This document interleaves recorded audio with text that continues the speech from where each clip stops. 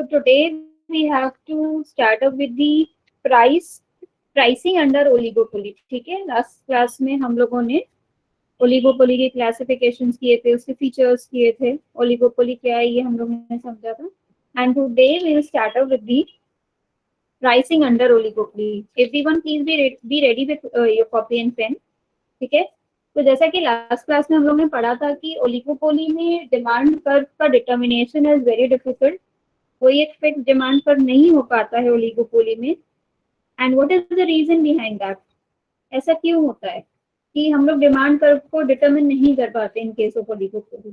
Tell me what is the reason behind it?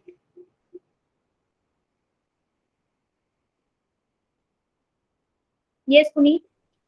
Because of interdependence of the firms and they can't predict the action of the rival firms. Very good. Because of the interdependence of the firms onto each other, and no one can predict the reactions of the rival firms. Very good. Anyone else? Anyone else? Why Ma'am, the due to demand curve? Yes, Adam. ma'am, sometimes there is product differentiation. So you cannot tell that this is the same product which can be utilized by someone else. So there is a price में थोड़ा सा अलग रहता है दोनों में, उसको से प्राइस डिटरमिनेशन थोड़ा प्रॉब्लम होता है. ठीक है. Good. Anyone else who would like to initiate? Yes. Ma'am, price and output decision of one firm invites the reaction of the rival firms as well. So we cannot predict the what will be the reaction ultimately of the rival firms. Okay, good. Yes, Uday. Ma'am, because of the price of the industry is not fixed. Ma'am में से जो firm दो ही चार जो firm होते हैं इसमें बड़े बड़े फर्म, उनका प्राइस ही इसमें फिक्स नहीं है कि कब वो बढ़ाएंगे, कब वो कंपटीटर को देके घटा लेंगे. तो उसी की वजह से हमें मतलब डिमांड कर्व हमें डेफिनेट नहीं रहता उसका.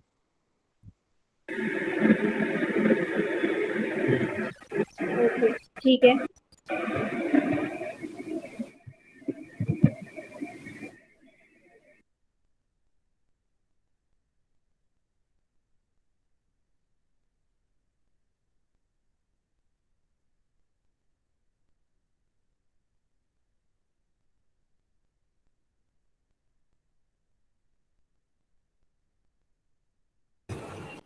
Okay, so ठीक है. Everyone said very correctly. Now, as we all know कि जो this demand curve जो है ओलिगोपोली में we cannot determine actually. तो जब डिमांड कर्व भी हम लोग नहीं डिटरमिन कर पाएंगे, तो do you think it is possible कि हम लोग प्राइस इक्विलिब्रियम अटेन कर पाएंगे? बिकॉज प्राइस इक्विलिब्रियम अटेन करने के लिए तो we need to have a demand curve. Is it और not? Yes, ma'am. Yes, ma'am. Yes. Yes, ma'am. तो yes, तो हम लोग को प्राइस डिटर्मिनेशन के लिए it is very very important कि हमें जो है ये पता हो कि डिमांड कर्व क्या है. तो इसके लिए कई मॉडल्स जो है बने हैं ओलिगोपोली मार्केट में. There are various models that is being made under oligopoly. So write down the name of all those models. Write down. Put the heading pricing under oligopoly. Pricing under oligopoly. Under this, write down a number of theories also known as models. A number of theories also known as models have been proposed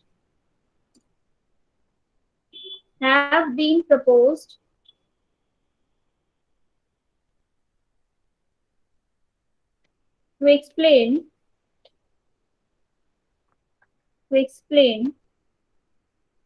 equilibrium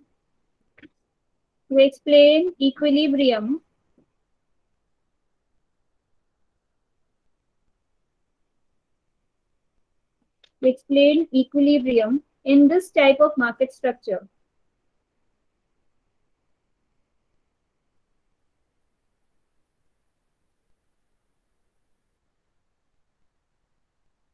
In this type of market structure. Okay? Written everyone? Yes, ma'am. Write down. The various models are as follows. The various models are as follows.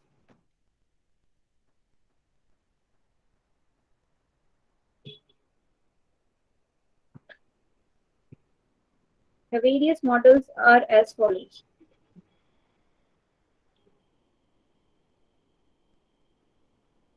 First, write down kinked demand curve model. Kinked, Kinked, kinked demand curve model. Kinked demand curve model. Second, pricing under collusion. Pricing under collusion. COLLUSION. Pricing under collusion. And third is price leadership models. Price leadership models.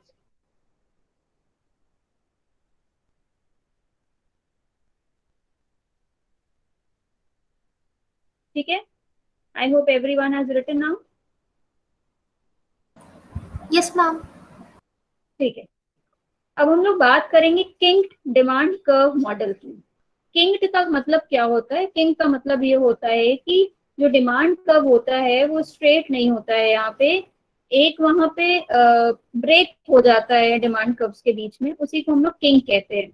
तो this concept was used by Hall and Hitch to explain कि why the average cost principle remain sticky और rigid, कि हमारा जो average cost का जो average cost जो है या एवरेज कॉस्ट प्राइसिंग जो है वो रिजिड क्यों रहती है। लेकिन ये जो किंग डिमांड कर्व का जो टूल जो इक्विलिब्रियम डिटरमाइन करने के लिए ओलिगोपोलिस मार्केट में यूज किया गया था, that was first used by Paul Sweezy in the year 1934. So write down, put the heading King demand curve model, and under that write down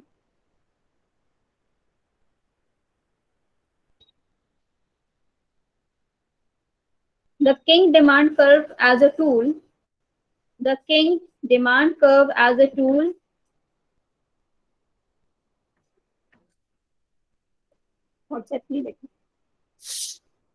the King demand curve as a tool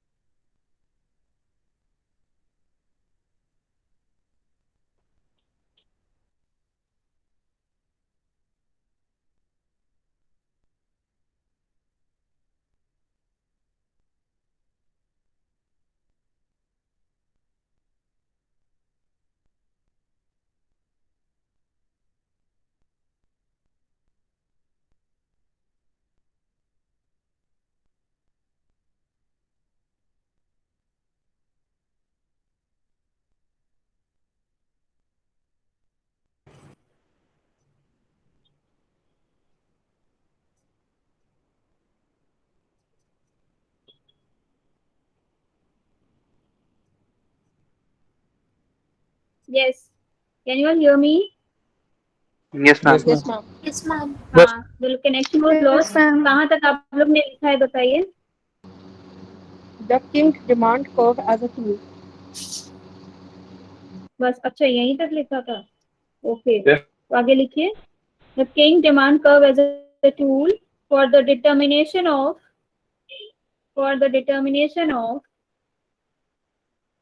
the king demand curve as a tool for the determination of equilibrium for the determination of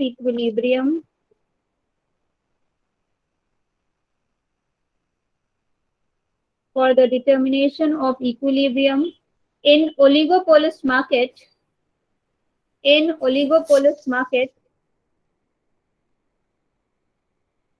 was first used by Paul Sweezy, Paul Sweezy, SWEEZY, Sweezy, in the year 1934. In the year 1934.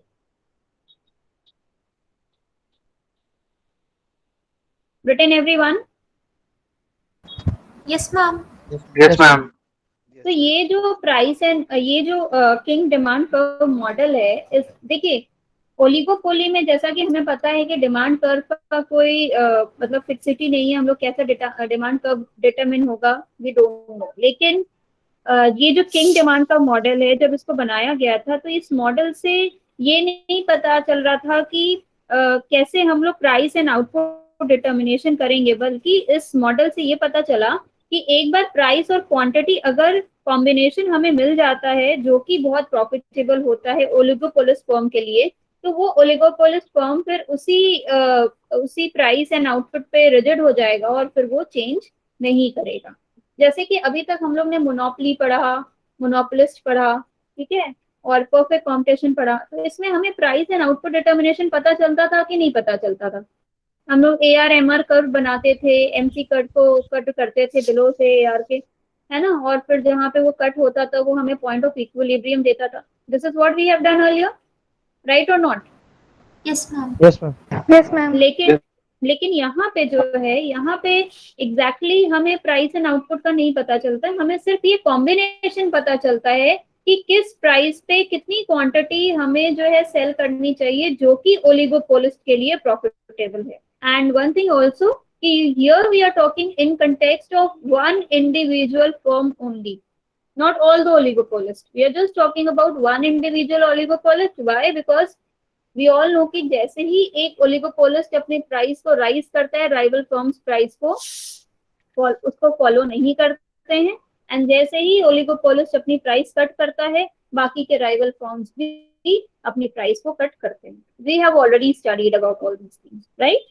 ठीक है, तो इसी वजह से ओलिगोपोलिस्ट एक ऐसी situation में पहुंचता है कि जहां से वो अपने आप को बेटर सिचुएशन में उसको लगता है कि उसकी सिचुएशन बहुत बेटर है, क्योंकि अगर उससे कम वो प्रोड्यूस करेगा तो वो उतना प्रॉफिट अटेन नहीं कर पाएगा, उससे ज्यादा अगर वो प्रोड्यूस करेगा तो उसके लिए लॉस की सिचुएशन हो जाएगी।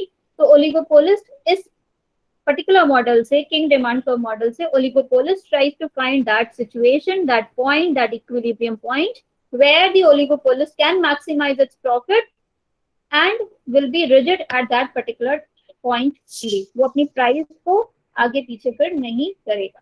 Are you getting the point? Yes, ma'am. Okay, ठीक है। Yes, ma'am. तो अब yes, good. उसके आगे आप लोग लिखिए basic features of king demand curve model.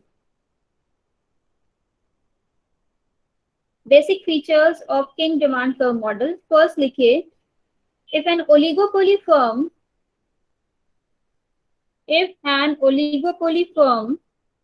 reduces the price of its products,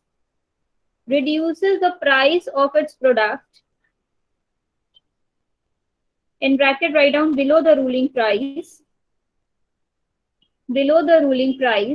bracket close, it will invite immediate reactions from its rivals. It will invite immediate reactions from its rivals.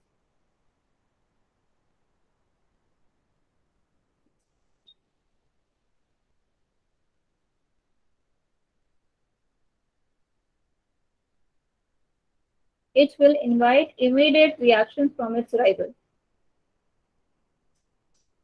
है ना? तो immediate reaction क्या मिलेगा rival firm से अगर ओलिगोपोलिस्ट firm अपनी price को reduce कर देता है तो? Price Other ma'am. firms Reduce कर देंगे। Yes, the other firms will also reduce the price to increase the sales and earn more of profit. ठीक है? Second situation लिखिए, second feature. But if an individual firm raises the price of its product,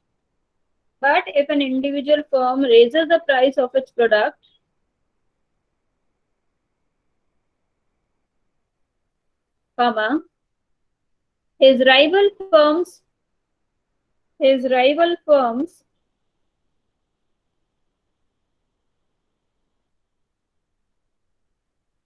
his rival firms will not follow and they do not raise the price of their products.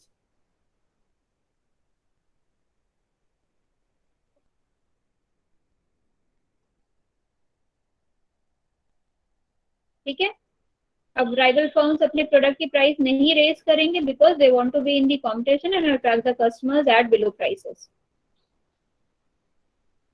Is it clear to everyone? Yes, ma'am. तो इससे क्या Yes, ma'am. ये दो features लिखवाने के पीछे क्या reason है? ये दो फीचर्स लिखवाने के पीछे ये रीजन है कि एक तो सिचुएशन है कि प्राइस रिड्यूस हो रही है, ओलिगोपोलिस्ट फर्म जो है अपनी प्राइस को रिड्यूस कर रहा है प्रोडक्ट की प्राइस को, और एक सिचुएशन है कि ओलिगोपोलिस्ट फर्म जो है अपने प्रोडक्ट की प्राइस को राइज कर रहा है यानी बढ़ा रहा है. Now on the basis of these two features you will find two demand curves. Can you all see this diagram? Yes, ma'am. दिख गया सबको? ठीक है. Yes, ma'am. Yes, ma'am.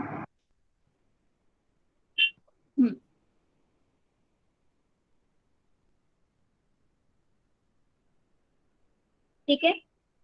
Now, I hope it is clear to everyone. Is it clear to everyone? Yes, ma'am. हाँ, तो ma'am. अभी diagram को सिर्फ समझना है, किसी को डायग्राम को बनाना नहीं है. ठीक है. I am just explaining the points to you people. You all just listen to what I am saying and you are not supposed to draw anything.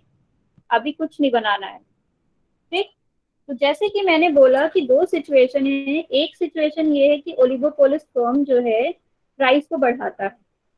तो जब प्राइस बढ़ाएगा तो उसका जो डिमांड कर्व का जो स्लोप होगा वो क्या होगा? फ्लैटर होगा कि स्टीपर होगा? बताइए. मैम फ्लैटर होगा. वेरी गुड, फ्लैटर होगा.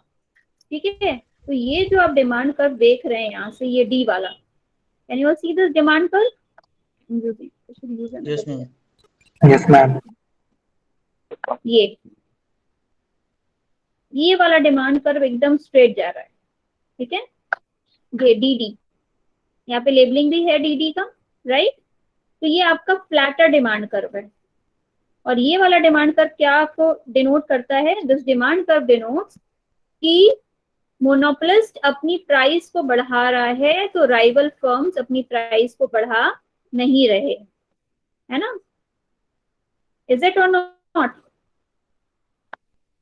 Yes, ma'am. अगर मोनोपोलिस्ट अपनी प्राइस को बढ़ा रहा है तो राइवल फर्म्स अपनी प्राइस को नहीं बढ़ा रहे हैं. इसीलिए जो डिमांड कर्व है this is more elastic. Yes और no? Yes ma'am. More elastic हुआ, इसीलिए इसका कर्व जो है फ्लैटर है. स्लोप जो है इसका डिमांड कर्व का, राइट.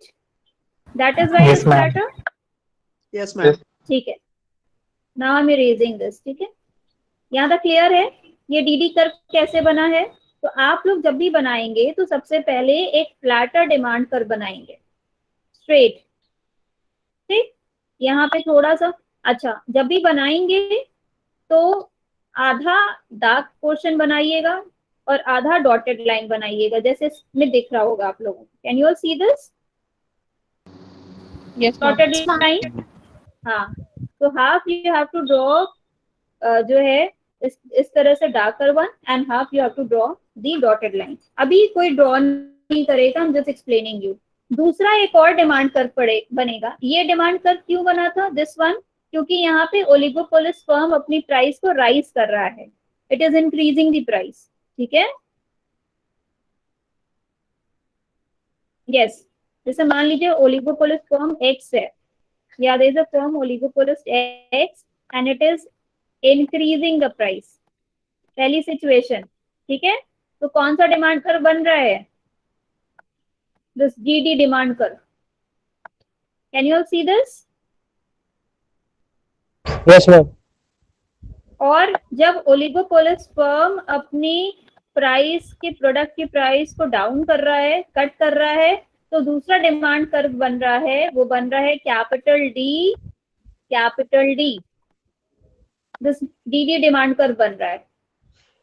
और ये जो डिमांड कर्व बन रहा है दिस इज स्टीपर, स्टीपर है Yes, ये ma'am. वाला, can you see this, this is steeper, steeper by because ये इनइलास्टिक बन रहा है ना, यस और no, Yes, ma'am. Yes, ma'am. right?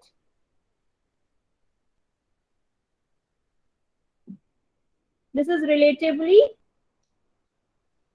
slope will be inelastic, steep बन रहा है ये, ठीक है, क्लियर हो गया। तो दो डिमांड कर्व आपके बन रहे हैं, एक फ्लैटर बन रहा है, एक स्टीपर बन रहा है, ठीक। अब ये जो स्टीपर वाला आप बनाएंगे, ये ऊपर से आप इसको डॉटेड लाइन कर देंगे एंड नीचे वाले पोर्शन में आप इसको डार्क एंड रहने देंगे, ठीक, यहाँ तक हो गया। अब ये जो दो बन रहा है, ये दोनों डिमांड कर्व जिस पॉइंट पे इंटरसेक्ट कर रहे हैं उस पॉइंट को आप नाम दे दीजिएगा पॉइंट ई, ठीक। लेकिन यहाँ पे हमने पॉइंट ई इसलिए नाम दिया है, इसके पीछे दूसरा रीजन है। द रीजन इज ये कोई इक्विलिब्रियम का पॉइंट नहीं है, आप ये मत समझिएगा कि इक्विलिब्रियम का पॉइंट है। दो डिमांड कर्व जब इंटरसेक्ट करते हैं तो क्या उससे इक्विलिब्रियम पता चलता है? No, ma'am. No, ma'am. है ना। तो यहाँ ई लिखने का मतलब ये है कि यहाँ पे किंक, हाँ यहाँ पे किंक बन रहा है, दिस इज किंक। ये जो ई पॉइंट है दिस इज किंक। किंक का मतलब कि I am telling you, kink का मतलब क्या हुआ, किंक का मतलब हुआ कि डी से लेके कैपिटल ई तक जो है, firm has raised the price of the product, the oligopolist has raised the price of the product, ठीक। एंड उसके बाद कैपिटल ई से लेके कैपिटल डी तक, उसके बाद उसने अपने प्रोडक्ट की प्राइस, ओलिगोपोलिस्ट ने अपने प्रोडक्ट की प्राइस को कम किया और उसको एक ऐसी सिचुएशन मिली जहां पे उसको ये समझ में आया कि दिस इज द पॉइंट जहां पे उसको प्रॉफिटेबिलिटी हो सकती है, क्योंकि अब इसके बाद वो कम नहीं करेगा, क्योंकि अगर इस पॉइंट के बाद ई के बाद अगर वो ईडी के बाद अगर वो कम कर रहा है तो बाकी के राइवल फर्म्स भी प्राइस को कट करेंगे। अभी तक जो सिचुएशन थी डीई वाली, उसमें राइवल फर्म्स प्राइस को इंक्रीज नहीं कर रहे थे क्योंकि इसने प्राइस को इंक्रीज किया था, लेकिन इसके बाद अगर ये प्राइस को कम करेगा तो राइवल फर्म्स भी will follow this oligopolist firm. Clear है यहाँ तक सभी को? Yes, ma'am. किसी को कोई डाउट? देखिए ये डायग्राम Yes, थोड़ा सा डिफिकल्ट है, लेकिन अगर आपको समझ में आ जाएगा तो आपको बनाने में बहुत इजी हो जाएगा, ठीक है। यहाँ तक क्लियर है सबको? Should I move ahead? Yes, ma'am. हाँ ठीक है। अब हमको डिटरमिन करना मैम ये इक्विलिब्रियम। टीई वाला एक बार फिर से बता दीजिए। डीई दो है बेटा, कौन से डीई की आप बात कर रहे हो? कैपिटल डी स्मॉल ई और capital E small D ma'am capital दोनों डी। जो ब्रेक करके बताए हैं, फिर से बता दे रहे हैं, देखो जो दो ये लास्ट वाला में जो बताया है। मैं बता रही हूँ, I am repeating again, small D and capital E. देख रहे हैं आप डायग्राम में? Can you see the diagram, in the diagram small D and capital E? Yes, ma'am. Yes ma'am. Yes. तो ये वाला जो पोर्शन है दिस रिजेंबल्स कि oligopolist has increase the price of it product, ठीक है। दिस पोर्शन रिवील्स कि oligopolist firm has increase the price of its product. तो राइवल फर्म्स प्राइस को इंक्रीज तो करेंगे नहीं? करेंगे? नो मैम नहीं करेंगे। नहीं करेंगे। नहीं करेंगे, ठीक है। तो यहाँ तक तो फ्लैटर रहेगा डिमांड कर्व, तो ये डी वाला पोर्शन फ्लैटर हो गया। इसके बाद इसको लगा कि ये जब अगर प्राइस, कोई भी फर्म अगर अपनी प्राइस को राइज करती है तो क्या वो बहुत लॉन्ग टर्म कंपटीशन में सस्टेन कर पाएगी? No, ma'am. नहीं। नहीं कर पाएगी। क्यों नहीं कर पाएगी? क्योंकि उसके प्रोडक्ट की प्राइस ज्यादा है और उसके कंपैरिजन में बाकी के फर्म जो प्रोडक्ट्स सेम या डिफरेंशिएटेड बेच रहे तो उनकी प्राइस कम है। तो कस्टमर्स किसके पास जाएंगे? जिनके पास कम है। तो इसने क्या किया ओलिगोपोलिस ने, इसके बाद इसने अपने प्रोडक्ट की प्राइस को रिड्यूस करना शुरू किया। कहाँ से रिड्यूस करना शुरू किया? ई से लेके डी तक। बात समझ में आई? कैपिटल ई से लेके कैपिटल डी तक। अब जब ये प्राइस कट करेगा तो राइवल फर्म्स क्या करेंगे? What will the rival firms do? They will also decrease. They will also cut the price. जिसने पूछा तो उसको ये बात समझ में आ रही है? Yes ma'am. ओके, यहाँ तक समझ में आ गया तुमको? Yes ma'am. Understood. क्या? यस, तो डी, स्मॉल डी से कैपिटल ई तक मोर इलास्टिक, कैपिटल ई से कैपिटल डी तक less elastic. Why? Because the oligopolist is reducing the price. Now oligopolist find the situation E, जहां से उसको लगता है कि अब इसके बाद मुझे प्राइस को चेंज करना चाहिए, कट करना चाहिए, रिड्यूस करना चाहिए, तो उसके बाद इसने प्राइस को रिड्यूस कर दिया। लेकिन अभी ओलिगोपोलिस को इक्विलिब्रियम अटेन नहीं हुआ है। कैसे पता चलेगा कि इक्विलिब्रियम पोजीशन कौन सी है? तो आप बताइए कि इक्विलिब्रियम पोजीशन जानने के लिए हम लोग को कौन सा कर्व बनाना पड़ता है, या कौन सा हम लोग को क्या करना पड़ता है इक्विलिब्रियम अटेन करने के लिए? MC is equal to MR. And MC cuts MR from below. Yes, दो सिचुएशन होनी चाहिए, ठीक है। तो एक तो हमको marginal short run marginal cost बनाना है, एक मार्जिनल रेवेन्यू बनाना है। तो पहले हमको MR बनाना चाहिए। यस और no? We should draw MR first. Yes ma'am. Now Yes, very ma'am. clearly see what I'm going to tell you.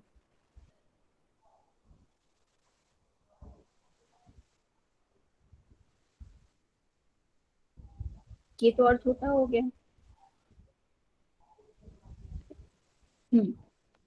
अब यहाँ पे आप देखिए,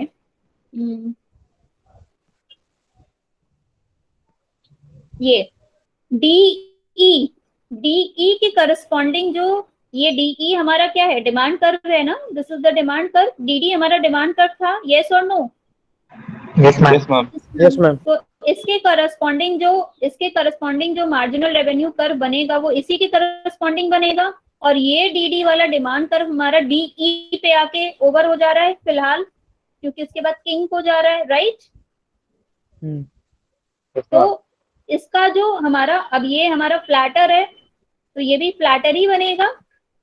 MR हमारा DE क्योंकि फ्लैटर है तो हमारा MR भी फ्लैटर बनेगा कि नहीं बनेगा? Yes ma'am. Yes, ma'am. तो ये MA हमारा मार्जिनल रेवेन्यू कर्व है for the demand curve DE। Small d capital E के लिए हमारा जो रेवेन्यू कर्व है MR, मार्जिनल रेवेन्यू कर्व है, वो है MA। ठीक है, यहाँ तक क्लियर है? Yes, ma'am. उसके आगे नहीं बढ़ना है। Yes, ma'am. MA पे रुक जाना है, ठीक। नाउ अब ये जो हमारा स्टीपर वाला डिमांड कर्व है कैपिटल E कैपिटल D, अब इसका जो रेवेन्यू कर्व बनेगा वो भी स्टीपर ही बनेगा। हाँ, तो इसके करस्पॉन्डिंग जो रेवेन्यू कर्व बन रहा है वो बन रहा है DMR, क्योंकि ये स्टीपर है। Getting the point? सबको समझ में आ रहा है? Yes, ma'am. Yes, ma'am. हाँ, तो ये कैपिटल E कैपिटल D के कॉरस्पॉन्डिंग जो हमारा ये रेवेन्यू कर्व बनेगा, मार्जिनल रेवेन्यू कर्व, वो बनेगा DMR। ठीक, यहाँ तक क्लियर हो गया? अब ये जो बीच में हमारी लाइन जो जोड़ रहा है A और B, क्योंकि बीच में ब्रेक हो गया है, किंग हो गया है, इस वजह से हमारा रेवेन्यू कर्व भी बीच में ब्रेक होके बनेगा। और ये जो बीच में जो गैप आएगा उसको A और B यानी दोनों जॉइंट्स को हम लोग जोड़ देंगे, जहां पे आपने A भी देखा है। तो यानी कहने का मतलब ये है कि हमारा जो रेवेन्यू कर्व है, सॉरी हमारा जो डिमांड कर्व है, वो डिमांड कर्व है क्या actually? D small d capital E and capital D, यही हमारा डिमांड कर्व है। यस और no? This is the actual demand curve for the Yes, oligopolies. Yes, ma'am. अब इस डिमांड कर्व के अगेंस्ट करस्पॉन्डिंग जो हमारा मार्जिनल रेवेन्यू कर्व बना है वो बना है M A B M R. Clear हुआ यहाँ तक? Yes, ma'am. सभी को क्लियर हो रहा है? Yes, ma'am. नहीं हो रहा है Yes, तो ma'am. फिर से पूछ लो, फिर से बता देंगे। लेकिन ये डायग्राम याद करके नहीं हो पाएगा, ये समझ लीजिएगा आप लोग। आप सोचिए कि मैम ये आपको जो याद हो बीच वाली जाएगा। ए बी लाइन है, यस, बीच वाली ए बी लाइन इसलिए आई है बेटा क्योंकि हमारा डिमांड कर्व बीच में ब्रेक हो रहा है ना, मार्जिनल रेवेन्यू कर्व। देखो ये एम से ए तक गया, ये डीई वाला है मार्जिनल रेवेन्यू कर्व है, डीई के करस्पॉन्डिंग एमए, और उसके बाद हमारा ईडी ईडी के करस्पॉन्डिंग जो मार्जिनल रेवेन्यू कर्व बना है वो बीएमआर बना है। तो बीच में हमारा गैप आएगा ही आएगा, ठीक है। जब आप बनाएंगे ना वो बीच में गैप आएगा, उस गैप को आप ज्वाइन कर देंगे, वो हो जाएगा, जो गैप है वो आपका कंप्लीट हो जाएगा। गैप इसलिए आ ma'am. रहा है क्योंकि यहाँ पे हमारा जो डिमांड कर्व है वो ब्रेक हो रहा है, ठीक है। yes क्लियर हो ma'am. गया बेटा? यस। अब हमारा मार्जिनल रेवेन्यू कर्व बन गया, एक कंडीशन तो हमारी पूरी हो गई। दूसरी कंडीशन क्या थी? MC cuts MR from below, यही होती है ना? Yes, ma'am. Yes, ma'am. अब तो अब आप एक जब बनाएंगे, अभी तो आप नहीं बना रहे हैं, जब बनाएंगे तो एक एसएमसी कर्व आप ड्रॉ करेंगे, ठीक। और ये एसएमसी कर्व जहां पे कट करेगा एमआर को वो आपका पॉइंट ऑफ इक्विलिब्रियम हो जाएगा। क्लियर है? ये तो Yes, सिंपल था, ठीक। अब इसने जहां कट किया वहीं के उसी के करस्पॉन्डिंग आप क्या करेंगे? लाइन खींचेंगे वर्टिकली एंड हॉरिजॉन्टली, ठीक।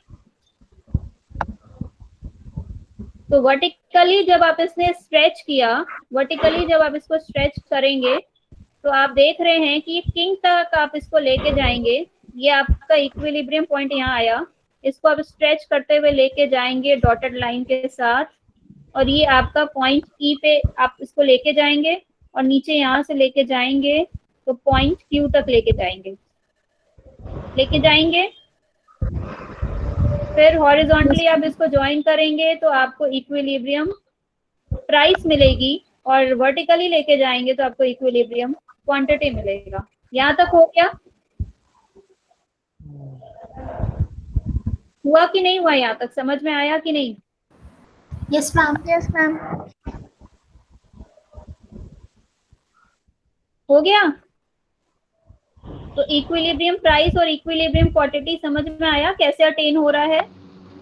मैम हमें ये इवन से एक्स एक्सिस पे लाइन वाई एक्सिस पे लाइन लेके जानी चाहिए ना? नहीं बेटा, देखो बता रहे हैं, वो चीज जो कह रही हो वो सही कह रही हो। तो ये एक्स एक्सिस पे तुम लेके आ ही रहे हैं, ये वाली इवन वाली जो लाइन है तो एक्चुअली ये डॉटेड लाइन के थ्रू बनाया है ना, तो तुमको नहीं समझ में आया। ये वाला जो इवन हमारा इक्विलिब्रियम है दिस यस मैम। व्हाट, हाँ ठीक है, ये इवन वाला हमारा पॉइंट है आस्था, ठीक है। यहाँ से जब आप इसको नीचे स्ट्रेट स्ट्रेच करेंगे तो ये इवन से क्यू तक आप लेके आएंगे इसको, यस मैम। एक्स एक्सेस तक। यहाँ तक क्लियर है? Yes ma'am. और फिर इसको आप ऊपर भी स्ट्रेच करेंगे, यस। ऊपर जब स्ट्रेच करेंगे तो यहाँ तक स्ट्रेच करेंगे जहां तक आपका किंक बन रहा है ना? Yes ma'am. ठीक है आस्था। उसके बाद आप इसको वाई एक्सिस पे स्ट्रेच करेंगे तो आपको प्राइस मिलेगा। अब क्लियर हुआ? Aastha, is it clear to you? Okay. समझ में आ गया? वही चीज है, हम लोग जैसे निकालते थे इक्विलिब्रियम, सेम वैसे ही निकाल रहे हैं, बस यहाँ पे डॉटेड लाइन वगैरह की वजह से आपको नहीं क्लियर हो रहा हो। मैम हम लोगों ने इवन से वाई एक्सिस पे लाइन क्यों नहीं खींची? Like why did we take it to the king? Even से ही तो लेके जा रहे हैं बेटा, और कहाँ और कहाँ से लेके जा रहे हैं? किंग तक क्यों लेके जा रहे हैं? You want to ask that? Yes ma'am. तो किंग के, ओहो देखो यहाँ 2 डिमांड कर्व है ना, यस मैम। ठीक है। पहला वाला जो डिमांड कर्व है वो तुम्हारा डी, स्मॉल डी से क्या, स्मॉल डी डी है, ठीक। और तुम्हारा जो दूसरा डिमांड कर्व है वो कैपिटल डी डी है। तो तुम कहाँ लेके जाओगी इसको? तुम्हारा डिमांड कर्व है ही नहीं बीच में कहीं, जो तुम्हारी लाइन जा रही है वहीं तक ना लेके जाओगे। ओके। यही ना करते थे हम लोग, जहाँ तक हमारा डिमांड कर्व जो या हमारा जो एवरेज रेवेन्यू कर्व जाता था वहीं तक ना हम लोग उसको लेके जाएंगे। Yes ma'am. ठीक है, यहाँ तक हो गया। अब इसके बाद जो है, जब आपने ये इक्विलिब्रियम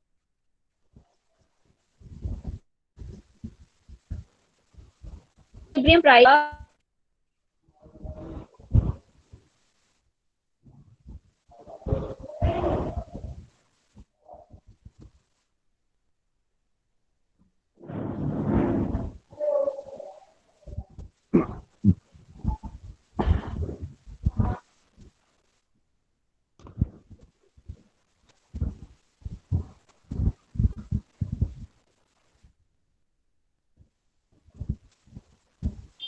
टेल मी।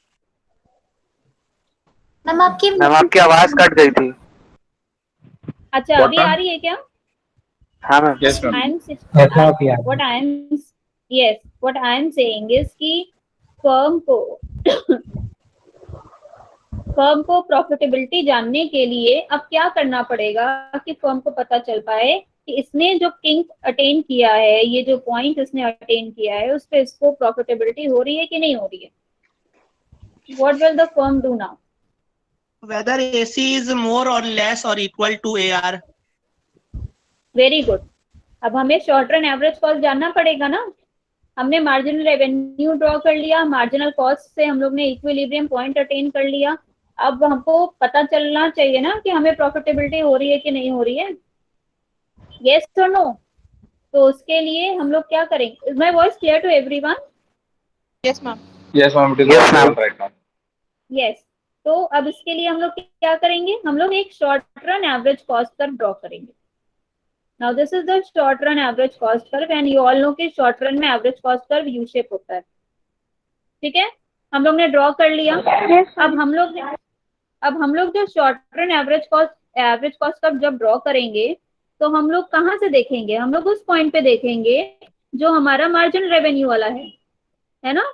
और मार्जिनल रेवेन्यू वाला हमारा जो पॉइंट, ये पॉइंट सी पे हमारा जो short run average cost curve है वो कट कर रहा है। ठीक है, क्लियर है? Yes ma'am. Yes, ठीक, ma'am. तो यहाँ से अब हम लोग एक लाइन यहाँ ड्रॉ कर देंगे। ये हमारे कॉस्ट की लाइन हो गई, ये हमारे रेवेन्यू की लाइन हो गई। यहाँ से P से लेके O तक हमारा रेवेन्यू है, C से O तक हमारा कॉस्ट है। यानी ये जो हमारा हुआ ये क्या हुआ? What is this? Supernormal profit. Profit. Supernormal profit. नहीं, सुपर नॉर्मल तो हम लोग नहीं कह सकते हैं। सुपर नॉर्मल इसलिए नहीं कहेंगे क्योंकि लॉन्ग रन में कोई इसमें ठीक नहीं रहता है, या शॉर्ट रन में भी नहीं ठीक रहता है कि फर्म की प्राइस क्या रहेगी। तो यहाँ पे जो ओलिगोपोलिस्ट है वो ये देख रहा है कि उसको ये प्रॉफिटेबल सिचुएशन मिल रही है और ये अपनी प्राइस को चेंज नहीं करेगा बेटा। ठीक है, सुपर नॉर्मल प्रॉफिट की सिचुएशन में क्या होता था कि प्राइस हम कंटिन्यूअसली चेंज करते रहते थे ना। यस और no? Yes, ma'am. Super normal की पोजीशन में आने के लिए हम लोग अपनी प्राइस को कट करते थे ताकि हमको सुपर नॉर्मल प्रॉफिट हो, एकदम स्लैंटिंग हमारा जाता था, राइट। तो स्कीपर रहता था डिमांड पर, लेकिन यहाँ पर ऐसा नहीं है। यहाँ पर क्या है कि नॉर्मल प्रॉफिट फर्म अटेन करेगी और ओलिगोपोलिस को पता है कि यही उसके लिए एक प्रॉफिटेबल सिचुएशन है और ये प्राइस रिजिडिटी को मेंटेन करेगा ओलिगोपोलिस, क्योंकि उसको पता है कि इसके पीछे अगर जाएगा यानी OQ क्वांटिटी से कम अगर ये प्रोड्यूस करेगा तो उसको और प्रॉफिट कमाने का इच्छा होगा, तो वो Q पॉइंट तक आएगा। Q पॉइंट से आगे अगर वो और प्रोडक्शन करेगा या और सेल करेगा तो उसको लॉस होगा, क्योंकि फिर उसका कॉस्ट ज्यादा हो जाएगा, उसका रेवेन्यू कम हो जाएगा। क्लियर है सबको?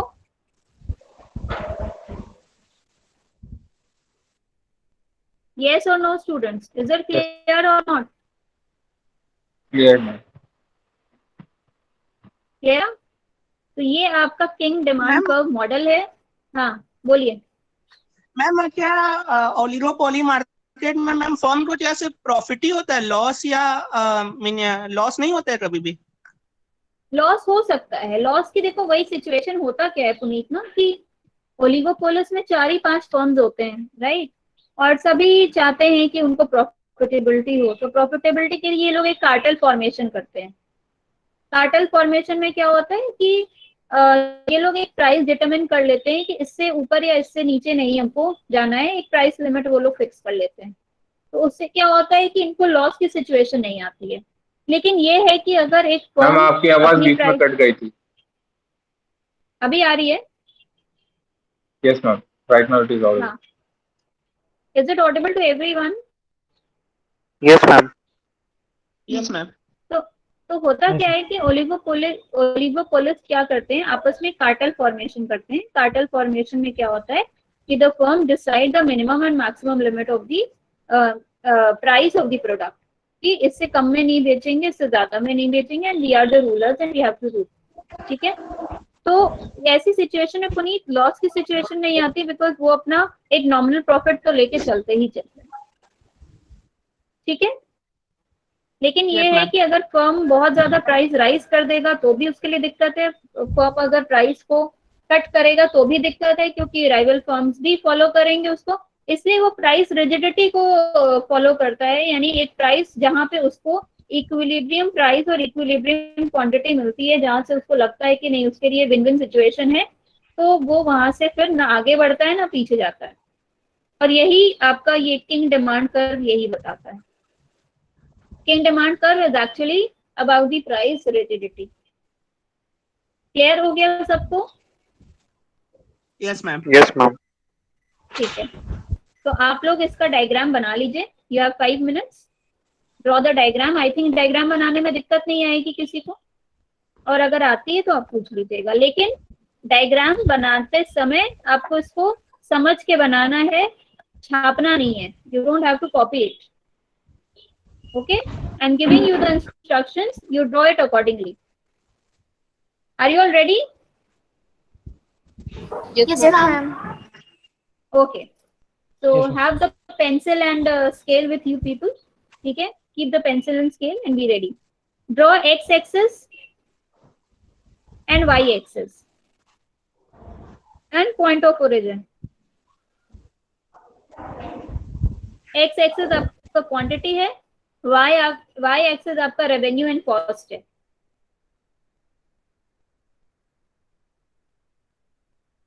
ड्रॉन यहाँ तक हो गया? Yes, ma'am. Now draw one flatter demand curve which is elastic, which is more elastic. Small d, small d.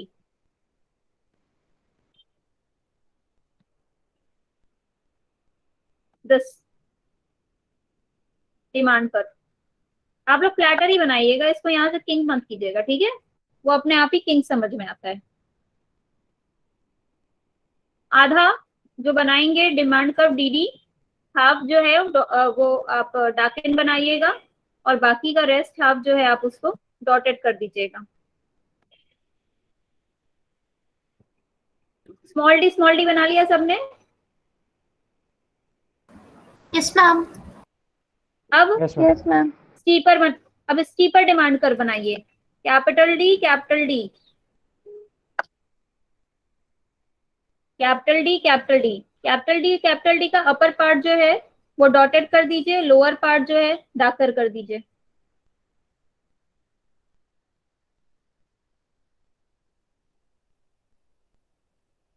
हो गया?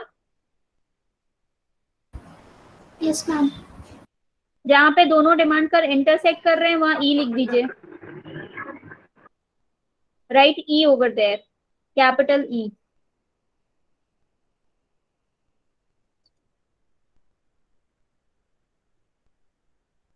रिटन?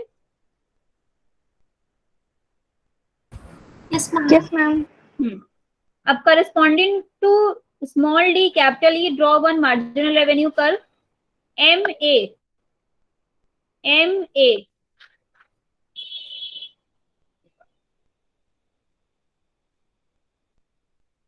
बना लिया? Yes, ma'am. Everyone has drawn MA Yes, Yes, ma'am. ma'am. Yes, ma'am. and corresponding to ED, capital E, capital Yes, D, ma'am. draw an steeper MR curve, BMR। BMR ये वाला जो है ED, इसके corresponding में BMR बनाएंगे, marginal revenue.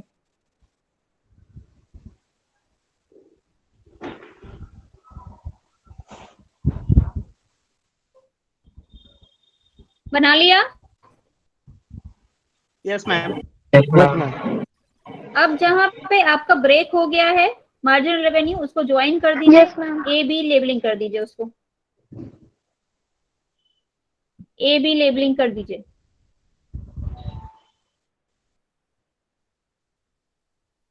हो गया यहाँ तक?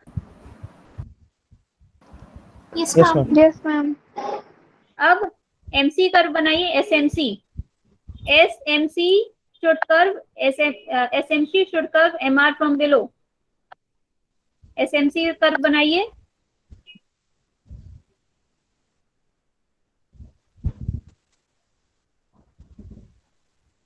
जिस पॉइंट पे AB के पॉइंट पे, जहां पे AB लाइन के बीच में जहां पे SMC कट कर रहा है, उसको लेबलिंग कर दीजिए E1। This is the point of equilibrium. ठीक। Yes, ma'am. अब जो आपने डार्कन किया था वो डार्कन रहने दीजिए। अब इसके ऊपर और नीचे एक वर्टिकल लाइन खींच लीजिए, डॉटेड लाइन, कैपिटल E से लेके और क्वांटिटी तक ले आइए Q।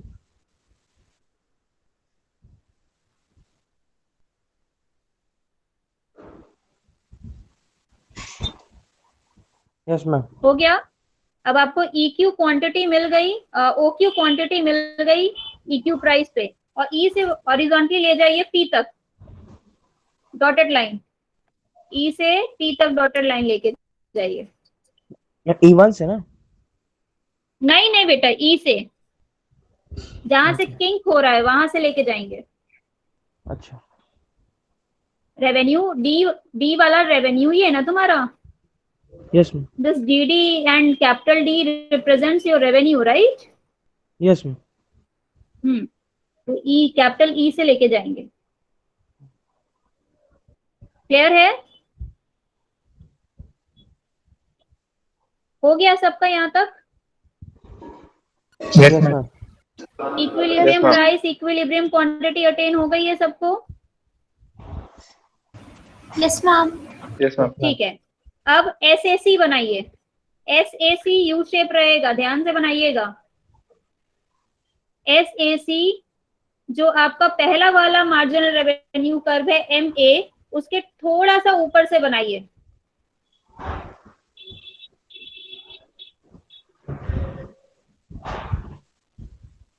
बना लिया SAC? Yes, ma'am.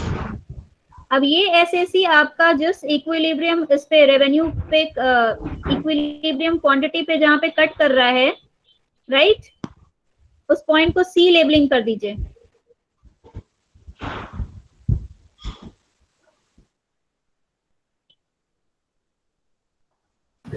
हो गया, यानी ma'am. ये जो आपका EQ है, ये आपका प्राइस है, क्योंकि ये कॉरस्पॉन्डिंग है PO के, राइट। तो ये आपका Yes. इक्वल हो जाएगा, तो ये प्राइस हो गया आपका। तो जहां पे ये पॉइंट कट कर रहा है उसको लेबलिंग कर दीजिए C या फिर C डैश, जो भी आपको लेबलिंग करना हो कर दीजिए। C डैश कर दीजिए और इसको हॉरिजॉन्टली मिला दीजिए C से, डॉटेड लाइन। हो गया? और उसको लेबल कर दीजिए C डैश हो गया यानी।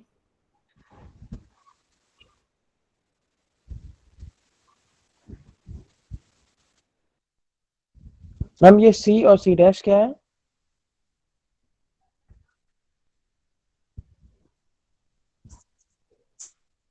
मैम ये C और C डैश क्या है?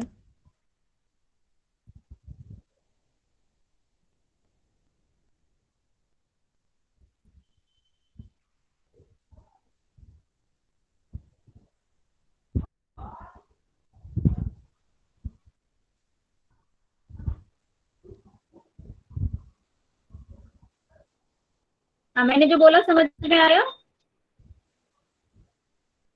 मैम आपकी आवाज आवाज कट गई कुछ थी। नहीं आ रही थी। हाँ, अभी अभी आ रही है ना? यस ये मैम। बना लिया आप लोगों ने? Yes ma'am. सी डैश बना लिया आप लोगों ने? Yes ma'am. Yes ma'am. हाँ। Yes ma'am. उसके बाद मैंने बोला था कि ओक्यू क्वांटिटी प्रोड्यूस करने के लिए, ओक्यू क्वांटिटी सेल करने के लिए जो उसकी कॉस्ट आ रही है वो आ रही है ओसी, और वो सेल कर रहा है ओपी प्राइस Yes, पे। ma'am. यही ना मतलब हुआ? यस और नो? मैम एक बार फिर से बताइए। मैंने बोला कि ओक्यू क्वांटिटी सेल करने के लिए जो कॉस्ट आ रही है वो आ रही है ओसी, कॉस्ट ओसी आ रही है, यस। एंड जिस प्राइस पे वो सेल कर रहा है वो है पीओ या ओपी। ठीक? यस। तो फर्म को क्या हो रहा है, ओलिगोपोलिस्ट को प्रॉफिट हो रहा है। Yes ma'am. Cost yes ma'am. Cost कम है, कॉस्ट देखो कम है ना, कॉस्ट ओसी है। मैं ओसी कॉस्ट है और ओपी रेवेन्यू है ना। यस, ओपी प्राइस है जिस पे वो बेच रहा है, रेवेन्यू है। तो ये जो डिफरेंस हो गया पीसी का, वो ये क्या हो गया, this is the profit. Profit. Clear है? यानी जो फर्म को जो प्रॉफिट हो रहा है वो हो रहा है P E C dash C, यही हो रहा है ना? हो गया? Yes, ma'am. सबने कर लिया? डायग्राम बन गया सभी लोगों का? Yes ma'am. Yes ma'am. कहीं कोई Yes, ma'am. दिक्कत? मैम ये ठीक है। सुपर नॉर्मल प्रॉफिट अर्न करेंगे? यहाँ पे तो अर्न कर रहे हैं, लेकिन बहुत ज्यादा सुपर नॉर्मल प्रॉफिट वर्ड हम लोग इसमें इसलिए नहीं यूज करते बेटा, क्योंकि यही प्रॉफिट वो अटेन करेगा हमेशा। तो हमेशा तो कोई firm super normal profit attain करता नहीं है, राइट?